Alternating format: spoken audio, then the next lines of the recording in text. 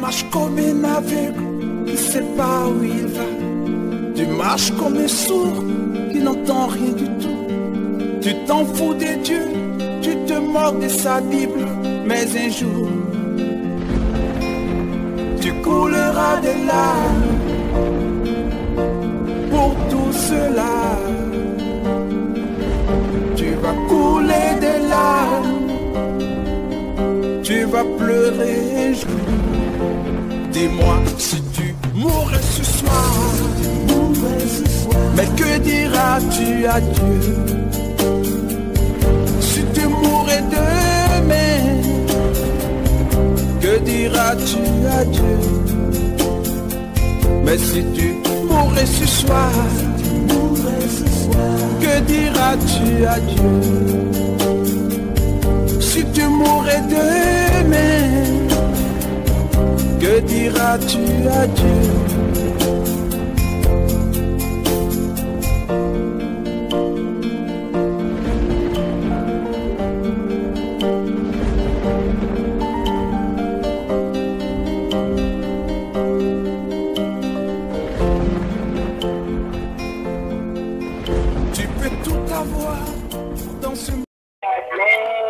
Gloire à Dieu. Amen, amen. C'est toujours une joie et un plaisir pour moi donc de toujours m'adresser à vous, d'être connecté avec vous. Vraiment, que le nom du Seigneur soit béni. Amen. Donc vraiment, je salue tout le monde. Et aujourd'hui, bon, je vais vous apporter sur la nécessité d'entrer par la porte étroite. Parce que faire la volonté de Dieu aujourd'hui, c'est devenu quelque chose qui est tellement compliqué à faire. Pas parce que la parole de Dieu est compliquée, mais parce que les choses qui nous entourent nous créent des blocages, ou parce qu'il y a tellement de distractions ou bien tellement de séduction qui nous est difficile de faire la volonté de Dieu. Et les gens se convertissent, oui, mais ils ne sont pas prêts à vivre leur foi véritablement. Et beaucoup diluent la parole de Dieu afin qu'elle soit conforme à leur manière de penser, pour que leur conscience ne les accuse pas. C'est très subtil, hein? Plutôt que de reconnaître la parole de Dieu pour vrai et de la suivre, ou que de la reconnaître pour vrai et de n'arriver pas à la suivre et de savoir que je n'obéis pas à la parole, qu'est-ce que je vais faire? Je vais essayer de me convaincre que non, en fait c'est pas ce que la Bible veut dire. La Bible veut plutôt dire ceci. Et là, moi-même, j'essaie de me convaincre que, bon, voilà, j'obéis à la Bible, mais pourtant, je n'obéis pas à la Bible. C'est moi qui ai déformé, j'ai tordu la Bible à ma manière de vivre pour qu'elle soit conforme à ce que je pense, à ce que je veux. Et c'est très dangereux. Et c'est là que le Seigneur dit que certains voudront entrer dans le royaume, mais ne pourront pas. Et le verset de base sur lequel je vais apporter mon enseignement, ou mon exhortation, ou ma prédication, peu importe, c'est dans Luc chapitre 13, et j'aimerais bien que quelqu'un puisse lire comme ça. Nous tous, on va plonger un peu dans les Écritures pour examiner tous ensemble. Luc chapitre 13, verset 23 au verset 24. Alléluia.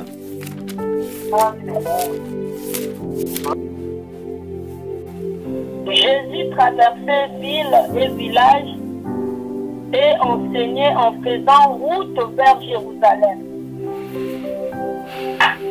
Quelqu'un lui demanda: Maître, y a-t-il que peu de gens qui seront sauvés?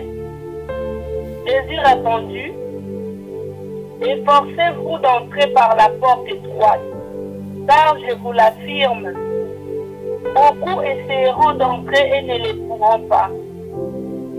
Quand le maître de maison se sera levé et aura fermé la porte à clé, vous vous trouverez dehors. Vous vous mettrez à frapper à la porte et à dire: Maître, ouvre-nous. Il vous répondra: Je ne sais pas d'où vous êtes. Alors vous allez lui dire: Nous avons mangé et bu avec toi. Tu as enseigné dans les rues de notre ville. Il vous dira de nouveau: Je ne sais pas d'où vous êtes. Et écartez-vous de moi, vous tous qui commettez le mal. Amen. Amen. Amen. En tout cas, ma soeur Sheila ici, donc vous voyez bien, Jésus faisant route vers Jérusalem, et quelqu'un lui demande vraiment s'il n'y aura que peu de personnes qui soient sauvées. Et là, Jésus n'a pas dit oui ou non, hein, mais sa réponse laisse croire que c'est oui, qu'il n'y aura que peu de personnes qui seront sauvées. Et il donne la solution pour que lui, la personne qui lui pose la question, que lui puisse sauver. Il dit, efforcez-vous d'entrer par la porte étroite, car je vous le dis, beaucoup chercheront à entrer et ne le pourront pas. Alléluia.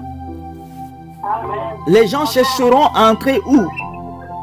Les gens chercheront à entrer dans le royaume de Dieu, mais ne pourront pas. Et quand on lit ce passage, bon, pour quelqu'un qui peut-être est un nouveau converti, il va se dire, mais attends, qu'est-ce qui se passe? Il dit, efforcez-vous d'entrer par la porte étroite, car je vous le dis, beaucoup chercheront à entrer et ne pourront pas. Les gens peuvent penser que non, c'est ceux qui sont minces comme moi qui pourront entrer dans le royaume de Dieu. Et que les gens qui ont la forme de, je ne sais pas, de Sheila ne peuvent pas entrer. Mais c'est faux. Ce n'est pas une question de forme.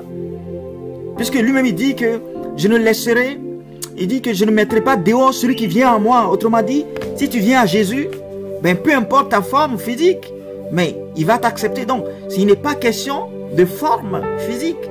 Quand il dit efforcez-vous d'entrer, ce n'est pas qu'il laisse penser que seulement ceux qui sont minces pourront passer par cette porte étroite et que tous ceux qui ont une forme assez qui ne sont pas minces ne pourront pas bien entrer, même s'ils veulent bien y entrer. Ce n'est pas ça. Alléluia. Et donc il faut comprendre qu'il ne s'agit pas d'une forme physique, mais vraiment de conduite de vie, comme le Seigneur a conduit la sœur Sheila à conduire la lecture. Donc on voit bien que le Seigneur dit, retirez-vous de moi, vous qui commettez l'iniquité. Donc il s'agit vraiment des péchés qui vont empêcher les gens de pouvoir entrer donc dans le royaume. Et si on veut voir en termes de minceur, donc il faut qu'on soit mince spirituellement. C'est-à-dire que pour entrer par la porte étroite, il faut se dépouiller vraiment de tout ce qui est, je ne sais pas, tout ce qui est surplus, superflu sur soi. Tout ce qui peut nous empêcher de pouvoir passer par la porte étroite. Vous savez, quand vous voulez passer par une porte qui est taillée sur mesure, et que vous avez pris votre sac au dos, vous avez pris un autre sac à main, vous avez pris le sac de voyage, vous avez pris d'autres choses que vous êtes mis sur vous, vous avez pris, je ne sais pas, vos sacs d'argent, vous avez pris vraiment vos plaisirs, vos loisirs, et les choses auxquelles vous êtes attachés, quand vous les mettez sur vous, et que vous voulez passer par la porte, ce qui se passe, c'est que vous ne pouvez pas entrer. Les gens voudront entrer dans le royaume, mais avec les convoitises de leur cœur, leur passion qu'ils chérissent énormément. Ces passions ne pouvant entrer dans le royaume de Dieu, ces personnes se trouveront bloquées donc à la porte du royaume. Parce que la porte du royaume n'est pas large. La porte est resserrée. La porte est étroite. Alors donc, qu'est-ce qui se passe? Il y a deux possibilités qui s'offrent à nous. Soit se débarrasser de ces passions du monde et entrer par la porte étroite, taillée pour le corps uniquement, sans aucun accessoire. Soit faire chemin retour. Ok? Je ne sais pas si mon exemple ou bien mon allégorie dans laquelle je suis en train de planer, tout le monde me saisit bien. Alléluia. Oui, amen, papa. Amen. Alléluia. Donc, il y a deux possibilités qui s'offrent à nous. Soit on se débarrasse vraiment de toutes les passions et on entre dans le royaume, ou soit on fait chemin retour. Pendant que certains optent pour le chemin, le premier chemin, d'autres ne sont pas prêts à vivre la foi chrétienne authentique comme la Bible dit, pour pouvoir entrer sans problème dans le royaume. mais se mettent à diluer la parole de Dieu, comme je l'ai dit tantôt, afin qu'elle soit conforme à leur manière de penser, pour que leur conscience ne les accuse plus.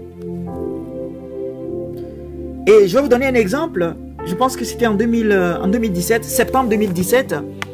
J'étais au centre-ville à l'évangélisation et j'avais rencontré une jeune fille française, je pense qu'elle était lesbienne. Et je prêchais l'amour de Dieu, voilà quoi, Dieu aime le monde, vraiment il a donné son fils à notre place, vraiment si nous l'acceptons, quand on va avoir la vie éternelle, le paradis, sans rien payer, sans rien du tout, et tout. Donc le message l'a vraiment touchée. Et là, elle voulait se donner à Jésus-Christ.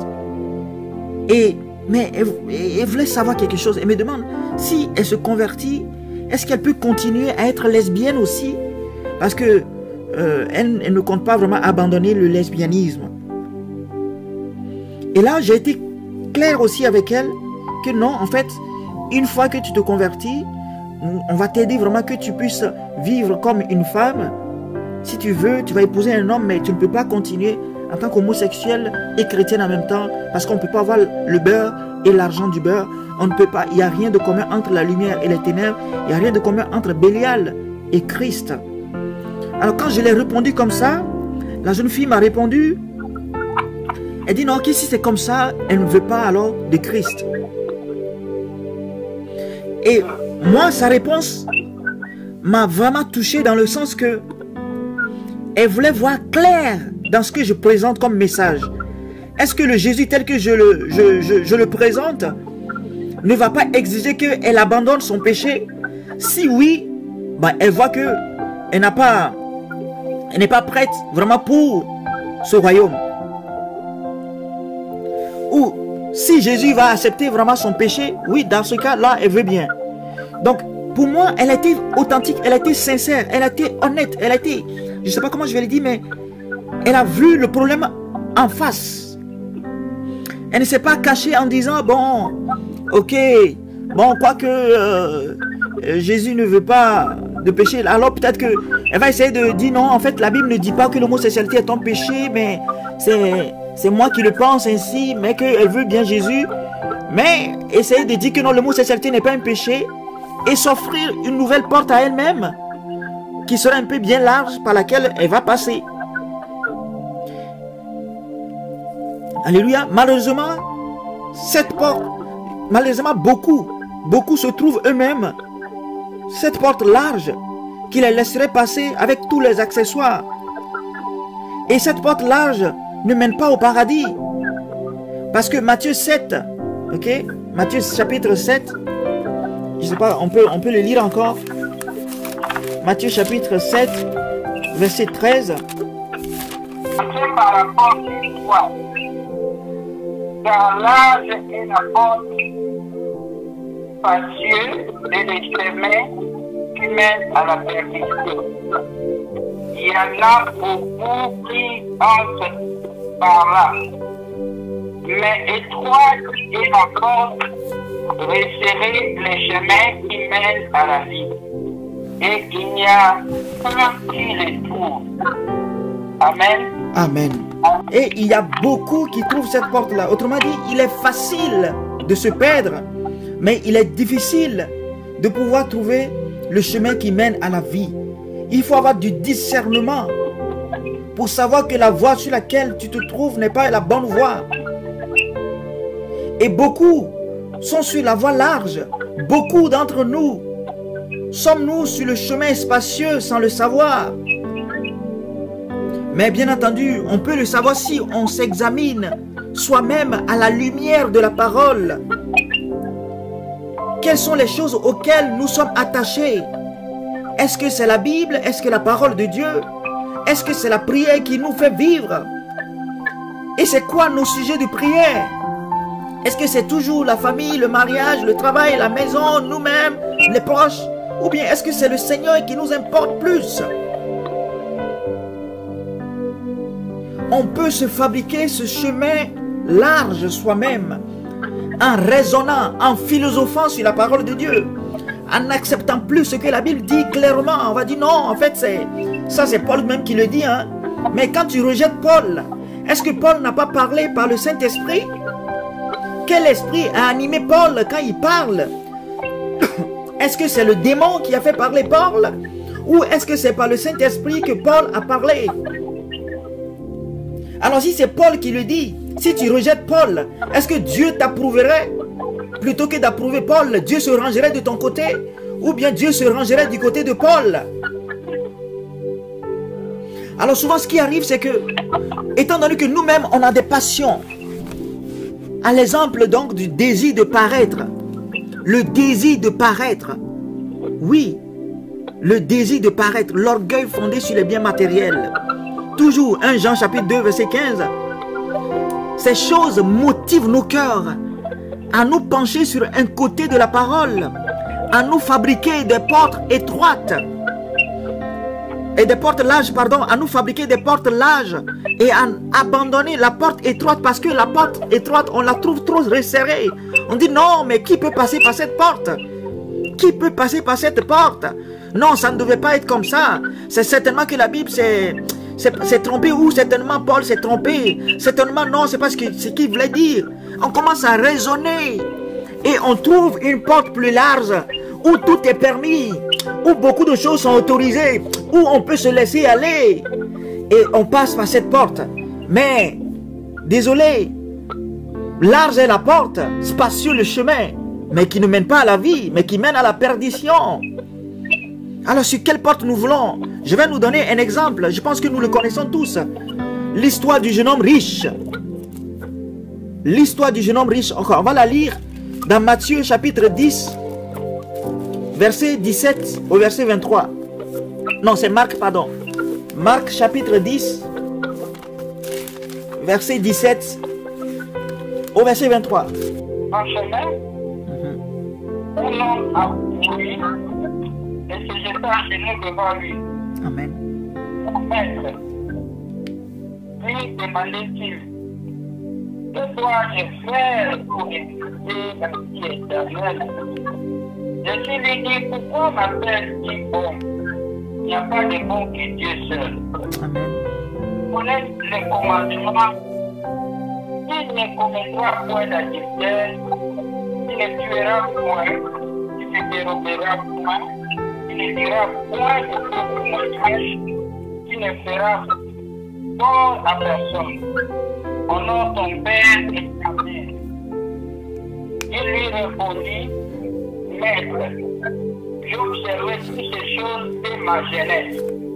Jésus les a regardé les mains et lui dit, il te manque une chose, va prendre tout ce que tu as trouvé et tu auras un trésor dans tes cieux. Puis viens et suis-moi.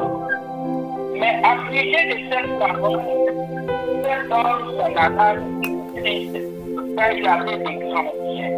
Amen. Jésus, regardant autour de lui, dit à ses disciples, il sera difficile à ceux qui ont des richesses dans le royaume de Dieu. Amen, amen. Amen. Amen. Amen. Alléluia. Amen. Donc, vous voyez bien, le jeune homme riche voulait le salut et il est venu voir le Seigneur pour savoir ce qu'il doit faire. Le Seigneur lui demanda qu'il n'a qu'à obéir aux commandements de Dieu et il répondit qu'il les obéit tous à la lettre. Alors le Seigneur l'ayant regardé les mains et il dit, il te manque une seule chose. Va et vends tout ce que tu as, donne-le aux pauvres et tu auras un trésor dans le ciel, puis viens et suis-moi. Je sais que j'avais déjà présenté ce passage une fois quand je donnais le message sur donc les trésors célestes.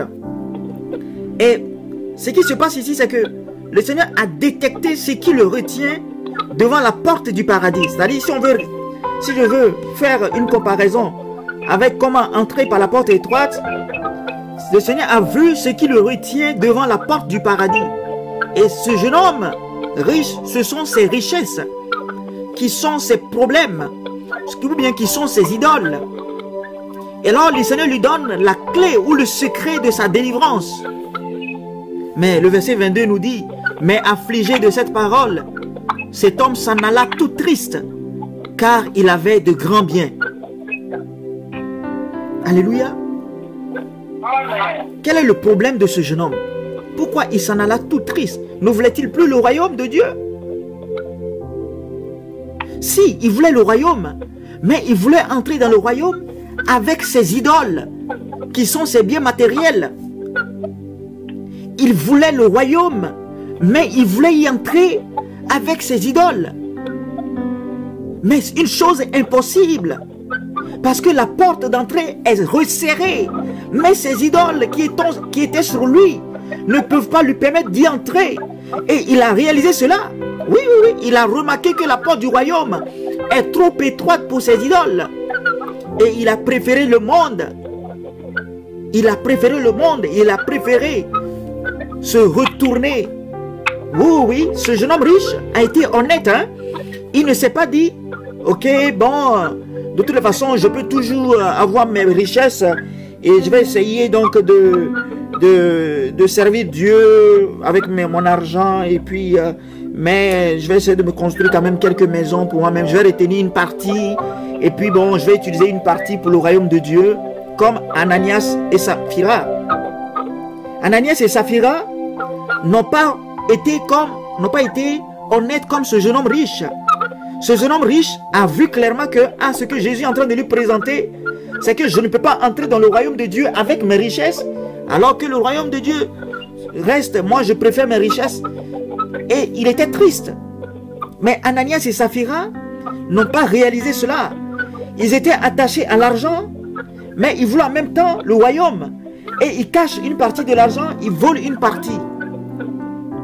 Mais ce jeune homme riche a préféré le monde. Il a été clair. Il a préféré le siècle présent, tout comme Démas, le compagnon de Paul que j'avais déjà présenté. Il a préféré le siècle présent au royaume de Dieu. Si le jeune homme riche s'en est allé tout triste, ça traduit le fait qu'il aurait aimé à la fois le paradis en même temps que ses idoles. Mais ayant remarqué que c'est l'un ou l'autre, il a clairement manifesté ce qui lui tient à cœur en choisissant ses richesses. Et le Seigneur a dit dans Luc chapitre 14 au verset 33, il dit: quiconque d'entre vous ne renonce pas à tout ce qu'il possède ne peut pas être mon disciple. Le jeune homme riche est l'exemple biblique parfait. Oui, le jeune homme riche est l'exemple biblique parfait de ceux qui aimeraient entrer dans le paradis, mais ne pouvaient pas. Ce n'est pas une question de la grosseur ou de la minceur.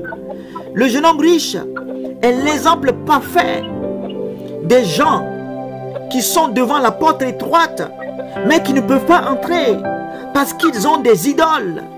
Et des idoles ne peuvent pas entrer dans le royaume de Dieu, parce qu'il est dit dans Apocalypse qu'il n'y a rien de souillé qui entrera dans ce royaume.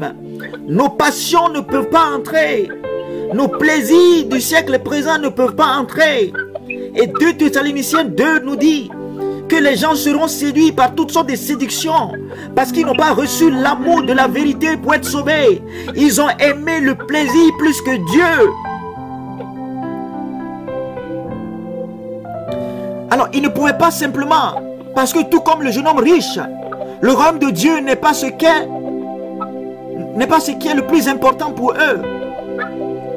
Alors que la parole dit de rechercher premièrement le royaume de Dieu. Et Dieu nous donnera la richesse, la joie, la paix, la gloire et tout le reste en bonus.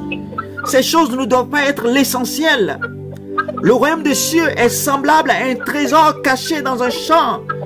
L'homme qui l'a trouvé le cache et dans sa joie, il va vendre tout ce qu'il a et il achète ce champ. Le royaume de Dieu doit être affectionné. Il est semblable encore à un marchand qui cherche de belles perles. Et quand il a trouvé une perle de grand prix, il est allé vendre tout ce qu'il avait, il a acheté. Le royaume de Dieu, si on veut y entrer, doit être notre premier objectif, doit être notre préoccupation. Et s'il y a des idoles sur nous, s'il y a des choses auxquelles nous sommes attachés, si c'est notre apparence que nous voulons toujours paraître jolis, paraître beaux, si c'est une grosse voiture que nous aimions, si des choses de la terre qui nous rend orgueilleux, Nous devons être capables de dire non à cause du paradis. Je vais abandonner ça. Si c'est des plaisirs sexuels, si c'est des désirs qui n'honorent pas Dieu, qui nous corrompent, nous devons être capables de dire non, moi je fais le choix de Jésus. Je fais le choix de passer par la porte étroite et je renonce à ce péché. Je renonce à cette idole. Je renonce à cet amour de cette chose. Je renonce à cela. Je veux m'aligner sur la parole de Dieu. La Bible dit de ne pas faire ça, alors je ne peux plus le faire. Je vais obéir. Je veux obéir. Parce que ça doit être clair dans nos têtes que non, c'est le royaume de Dieu qui est la chose la plus importante pour moi. Si tel est le cas, peu importe ce que vous aimez, Jésus dit, si ton œil gauche est pour toi une occasion de chute, arrache-le et jette loin devant toi, car il vaut mieux pour toi entrer dans le royaume de Dieu, borne, que d'entrer dans le GN avec tes deux yeux. Il dit, si tu as ta main droite qui est pour toi un problème, arrache-le et jette loin de toi, car il vaut mieux pour toi entrer dans le royaume de Dieu manchot, que d'entrer dans le feu de l'enfer avec tes deux bras. Beaucoup aujourd'hui ne sont pas prêts à renoncer à leur propre convoitise pour le royaume de Dieu. Oui, leur bien matériel, leurs idoles, leur monde, leur mode de vie leur préoccupe plus que le paradis. Ainsi, vous pouvez voir que le jeune homme riche s'en alla tout triste. Parce que sa richesse le préoccupe plus. Oui, sa richesse le préoccupe plus que le paradis. C'est lui-même qui est venu vers Jésus. Ce n'est pas Jésus qui allait le voir pour dire, jeune homme, est-ce que tu veux entrer dans le paradis? Non, c'est lui-même qui veut donner sa vie à Jésus. Mais quand on lui présente la vérité biblique, il dit non, que ce n'est pas vrai. Il ne l'a pas aimé. Il s'est retiré simplement. Au moins lui, son cas est clair. Tout le monde sait qu'il va en enfer. Mais la majorité des chrétiens, selon que le Seigneur m'a dit, la majorité des chrétiens sont en route pour l'enfer. Et c'est quand vous regardez l'église de Laodicée, c'est une église dans laquelle le Seigneur dit qu'il est à la porte et il est en train de frapper. Comment est-ce possible que le Seigneur de l'église, celui qui est la tête de l'église, soit à la porte pour faire son entrée dans l'église? Comment cela soit possible? Quand les chrétiens jettent Christ dehors, c'est que ce qui arrive. Quand on met Christ à la porte et que nous-mêmes nous régnons, que nous-mêmes nous faisons notre propre volonté et que nous mettons le maître à la porte, c'est ce qui arrive. Il se met à frapper à nouveau. Oh! Qu'est-ce qui est arrivé aux chrétiens du 21e siècle? Qu'est-ce qui est arrivé aux chrétiens du 21e siècle? Beaucoup aujourd'hui ne sont pas prêts à le faire, à renoncer à leurs convictions pour le royaume de Dieu. Ils ne sont pas prêts à renoncer à leur propre interprétation de la parole erronée. Ils ne sont pas prêts à être humbles pour accepter la vérité biblique. Ils sont devenus des philosophes. Oui, mais aussi longtemps que le chameau ne peut pas passer par le trou d'une aiguille, personne ne peut entrer dans le royaume de Dieu avec ses passions ou ses idoles. Peu importe sa bonne volonté. Oui, tu peux avoir cette bonne volonté comme ce jeune homme riche. Mais tant que tu n'abandonnes pas tes propres passions, tant que tu n'abandonnes pas tes propres idoles, tant que tu ne délaisses pas ce qui te retient, tu ne pourras pas y entrer. Tu ne pourras pas entrer. Tu ne pourras pas entrer. Parce que l'apôtre Jean dit, ce verset est vraiment capital. Je ne sais pas si vous pouvez le mémoriser. En tout cas, je l'ai tellement récité que mon fils aussi, quand il a lu une fois un matin, quand il a lu une fois, il a couru, il peut dire, ah, Daddy, j'ai lu ton verset. J'ai lu, c'est dans ma Bible aussi. Oui, j'ai dit, oui, c'est dans toutes les Bibles. Et c'est 1 Jean chapitre 2, verset 15 à 16. Il dit, n'aimez pas le monde, ni rien de ce qui appartient au monde. Si quelqu'un aime le monde, il ne lui est plus possible d'aimer le Père. En effet, voici ce qui appartient au monde. La vérité de satisfaire ses propres désirs ou de posséder ce que l'on voit, ainsi que l'orgueil fondé sur les biens terrestres. Eh bien, le Seigneur nous dit, par son serviteur Jean, que tout cela ne vient pas du Père, mais vient du monde. Oui, ça vient du monde. Comment vous vous sentirez, vous? Supposez que vous êtes père de famille ou mère de famille et que vous donnez des directives à vos enfants. de ne pas faire ceci, de ne pas faire ceci, de ne pas regarder le voisin, parce que vos voisins sont vos ennemis, vos voisins, vous êtes ennemis. Et vous dites à vos enfants de ne pas copier les choses du voisin, de ne pas aller prendre les choses du voisin et de venir manger. Mais vos enfants se lèvent, ils vont prendre ce qui est chez le voisin, ils vont copier ce qui est chez le voisin, exactement comme les peuples d'Israël. Le Seigneur leur disant, je vous envoie vers les terres du Canaan. Ne copiez pas le peuple alentour, mais il suffit seulement que le Seigneur tourne le dos. Il suffit que Jésus soit mort, que ce peuple rebelle se tourne vers les dieux Baal, se tourne vers le Dieu Astarté. De la même manière, dans notre siècle présent, c'est Jézabel qui règne dans nos églises. De la même manière, c'est les sirènes des eaux que nous portons sur nous. C'est les queues de poissons. Nous nous habillons à la manière du monde. Parfois, quand tu regardes le monde et que tu regardes l'église, tu ne sauras pas faire la différence. Qu'est-ce qui nous est arrivé? Paul dit aux Galates, qui vous a envoûté? Qu'est-ce qui nous a envoûté? Oh, je prie ce soir, je prie aujourd'hui que le Seigneur touche le cœur de ses enfants, qu'il y a une révolte comme il y a dans mon cœur aujourd'hui. Je ne sais pas comment c'est arrivé, mais il y a un feu sur moi, il y a une colère en moi, il y a une colère en moi. Oh, qu'est-ce qui peut nous désenvoûter? Oh Père, je prie. Je prie que tu arraches dans le cœur de tes enfants le désir du monde, la volonté de copier le monde, d'aller copier ce qui est du monde, le modernisme, en voulant rentrer dans le monde pour faire entrer le monde à l'église. Oh, oh, oh, nous copions tout. Nous copions tout. Nous copions tout.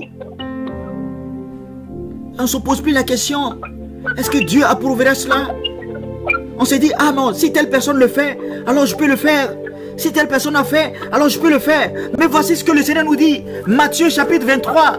Je sais que le Seigneur, en s'adressant à ses disciples, il dit, les pharisiens sont assis dans la chair de Moïse. Ils disent des choses, mais ils ne le font pas. Faites attention. Ils disent, mais ils ne le font pas. Ils disent, écoutez ce qu'ils vous disent, mais ne faites pas ce qu'ils font. Matthieu chapitre 23, verset, je vais lire à partir du verset 1, il dit, alors Jésus parlant à la foule et à ses disciples dit, les scribes et les pharisiens sont assis dans la chair de Moïse. Faites donc et observez tout ce qu'ils vous disent, mais n'agissez pas selon leurs œuvres, car ils disent et ne font pas. Oui, ne copie pas quelqu'un d'autre. Non, ne dis pas que c'est un grand homme de Dieu. Non, ne dis pas que c'est une servante. Non, ne dis pas que l'Esprit du Seigneur agit. Tu veux que je te donne des exemples? Prends l'église de Corinthe. C'est une église dans laquelle il y a beaucoup de dons spirituels. C'est une église dans laquelle on trouvera vraiment les dons de prophétie. À tel point qu'ils n'arrivaient même plus à prophétiser à tour de rôle. Quand nous sommes connectés, à peine on trouve quelqu'un qui va nous prophétiser. À peine on va trouver quelqu'un qui va prophétiser la parole de Dieu. Mais je dis, dans l'église de Corinthe, il y a tellement le don de la prophétie que ils ne pouvaient pas prophétiser à tour de rôle. Tout le monde prophétise à tout moment. Tout le monde parle en langue à tout moment. Oui, dans l'église de Corinthe, il y avait les dons. Et Paul même dit que vous ne manquez de rien. Mais je vous dis, dans l'église de Corinthe, il y a plus de péchés que dans toutes les autres églises de l'épître, dans les épîtres de Paul. L'église de Corinthe est l'église dans laquelle il y a plus de péchés, quoiqu'il y avait beaucoup de dons. Donc ne regarde pas le don spirituel de quelqu'un pour dire qu'il vit dans la sainteté ou bien pour dire qu'il vit dans le droit chemin du Seigneur. Paul dit qu'il y a une impudicité au milieu d'eux qui n'a même pas chez les païens à Corinthe. Mais dans la même église, il y a beaucoup de dons spirituels. Alors ne te laisse pas séduire. Ne te laisse pas séduire. Ne te laisse pas séduire. Matthieu 7, verset 21 au verset 24, on voit encore là des serviteurs qui auront chassé des démons, prophétisé, fait des miracles, guéri. Mais le Seigneur a dit, retirez-vous de moi doucement. Retirez-vous de moi parce que je ne vous ai jamais connu. On connaît encore l'église de Laodicée comme je viens de dire. Ce pasteur, on peut dire qu'il est vraiment béni. Mais le Seigneur dit qu'il n'est ni froid ni bouillant. Et qu'il dit lui-même qu'il n'en manque de rien, qu'il est riche. Et que le Seigneur dit qu'il ne sait pas qu'il est aveugle et nu. Oh! Qu'est-ce que nous pensons de nous-mêmes? Est-ce que c'est vraiment ce que le Seigneur pense de nous?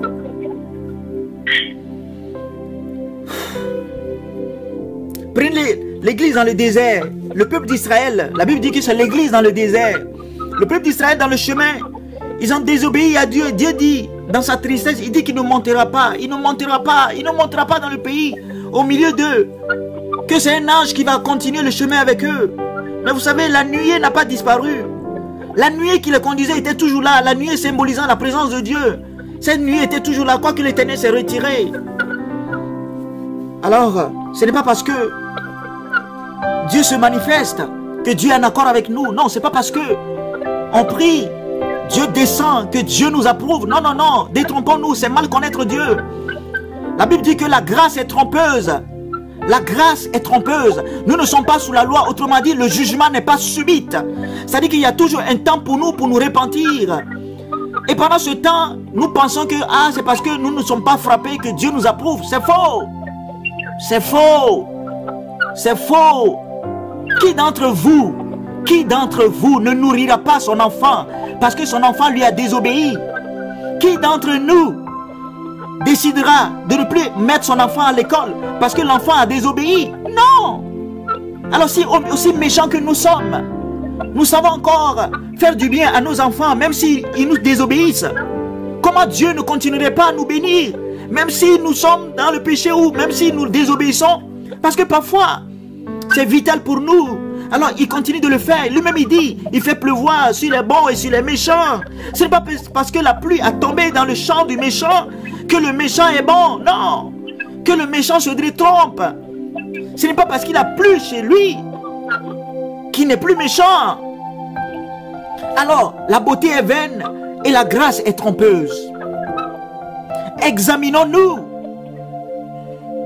Est-ce que nous avons toujours le désir, la soif de ce monde? Est-ce que nous avons toujours le désir de faire toujours notre volonté et non celle de Christ?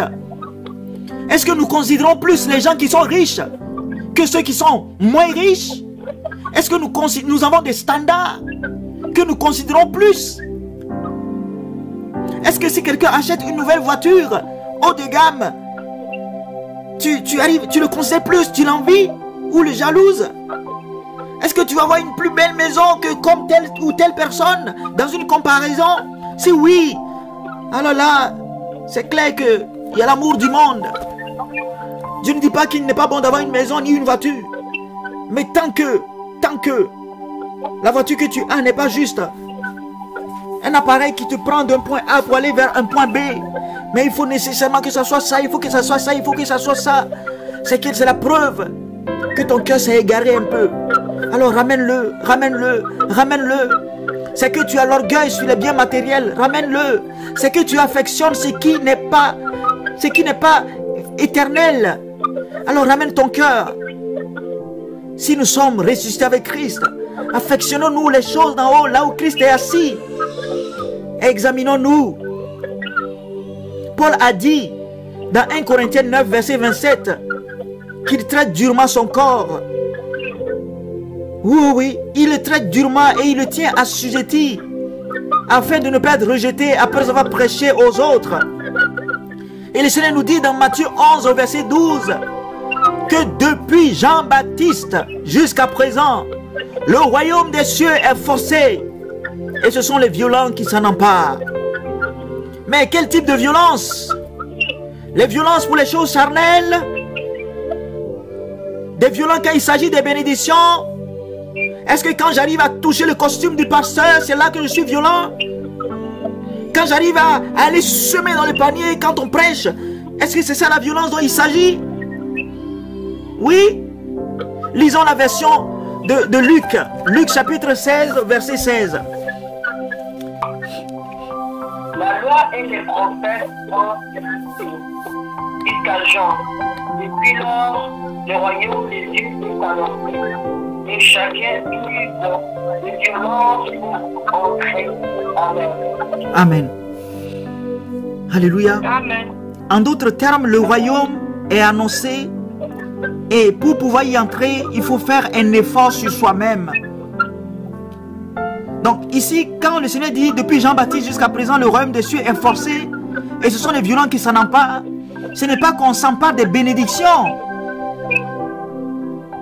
Mais il dit dans Luc Le royaume est annoncé et chacun use de violence pour y entrer. C'est pour entrer dans le royaume qu'il faut user de bénédiction et qu'il faut user de violence.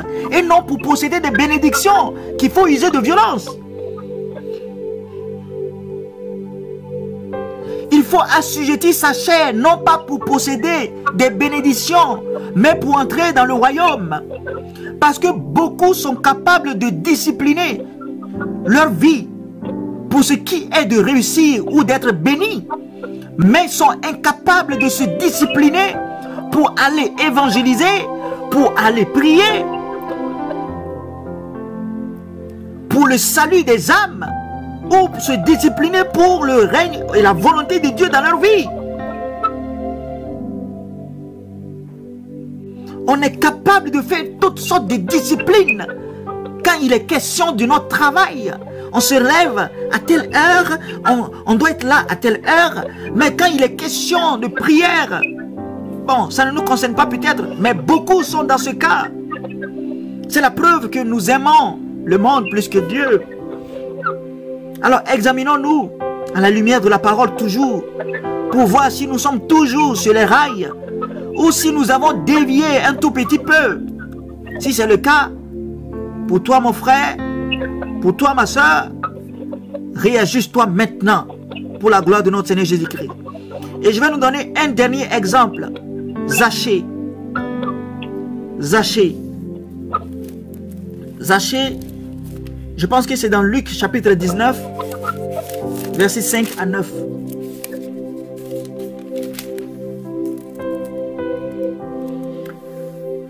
Luc chapitre 19, versets 5 à 9. Si quelqu'un peut lire ça, c'est le dernier passage qu'on va lire. Je recommence. Amen. Quand Jésus arriva à cet endroit, il leva les yeux et dit à Zachée, dépêche-toi de descendre, Zachée, car il faut que je loge chez toi aujourd'hui. Amen. Amen. Jusqu'à 9 ans, vous avez dit? Oui. Zachée se dépêcha de descendre et le reçut avec joie. En voyant cela, tous critiquaient Jésus. Et disaient, cet homme est allé loger chez un pécheur. Zachée debout devant le Seigneur, lui dit, écoute, maître, je vais donner la moitié de mes biens aux pauvres, et si j'ai pris trop d'argent à quelqu'un, je veux lui rendre 4 fois autant. Amen. Amen. Jésus lui dit, aujourd'hui, le salut est entré dans cette maison parce que tu es toi aussi un descendant d'Abraham. Alléluia. Amen. Alléluia. Je pense que nous voyons très bien la différence entre le jeune homme riche et Zachée. Zachée, pour nous tous qui connaissons bien l'histoire, il cherchait vraiment à voir Jésus. Mais Jésus est venu vers lui. Le jeune homme riche est allé vers le Seigneur. Et le Seigneur lui a dit, il faut qu'il donne ce qu'il possède aux pauvres. Il n'a pas voulu. Mais Zachée, le Seigneur ne lui a même pas parlé. Le Seigneur n'a pas parlé qu'il donne quoi que ce soit. Mais lui-même, il a compris à quoi il s'est attaché parce que la présence du Seigneur dans sa vie l'a fait réaliser vraiment comment il faut vivre selon le Seigneur. Zachée s'est débarrassé de son attachement à Mammon pour laisser le salut opérer dans sa vie. Parce qu'une fois qu'il a donné, une fois qu'il s'est détaché de l'argent, le Seigneur a dit maintenant le salut est entré chez Zachée. Alléluia. Zachée ne pouvait pas entrer dans le royaume de Dieu avec toutes ces choses auxquelles il est attaché quand il volait les gens. C'est parce qu'il était cupide, parce que la cupidité est une idolâtrie. Éphésiens 5 verset 16. La cupidité est une idolâtrie. Donc son idole, qui était l'argent, qui était Mammon, ne pouvait pas entrer dans le royaume. Mais une fois que Zachée a réalisé cela et s'en est détaché, Jésus dit, le salut est entré, c'est Zachée. Autrement dit, Zachée vient de passer par la porte étroite. Zachée venait de passer par la porte étroite. Alléluia. Tu marches comme un aveugle qui ne sait pas où il va. Tu marches comme un sourd qui n'entend rien du tout. Tu t'en fous des dieux, tu te moques de sa Bible. Mais un jour, tu couleras des larmes pour tout cela.